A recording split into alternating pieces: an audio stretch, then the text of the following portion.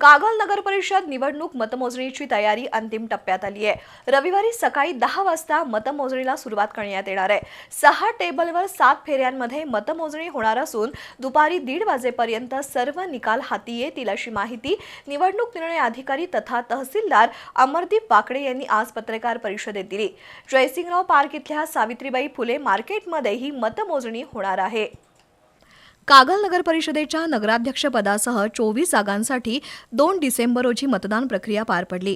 मतदानाच्या दुसऱ्या दिवशी 3 डिसेंबर रोजी होणारी मतमोजणी आता रविवार दिनांक 21 डिसेंबर रोजी होत आहे।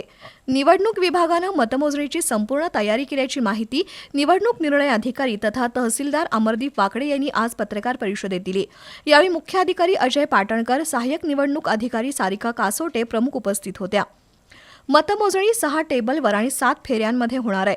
पहिल्या 6 प्रभागांची 3 फेऱ्यात तर उर्वरित 5 प्रभागांची 4 फेऱ्यांमध्ये मोजणी होणार आहे। त्यासाठी 80 कर्मचाऱ्यांची नियुक्ती करण्यात आली असल्याची माहिती पाटणकर यांनी दिली।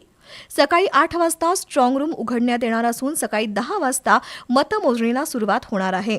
दुपारी 1:30 वाजेपर्यंत नगरपालिकेचे सर्व निकाल हाती येतील असंही त्यांनी स्पष्ट केलंय।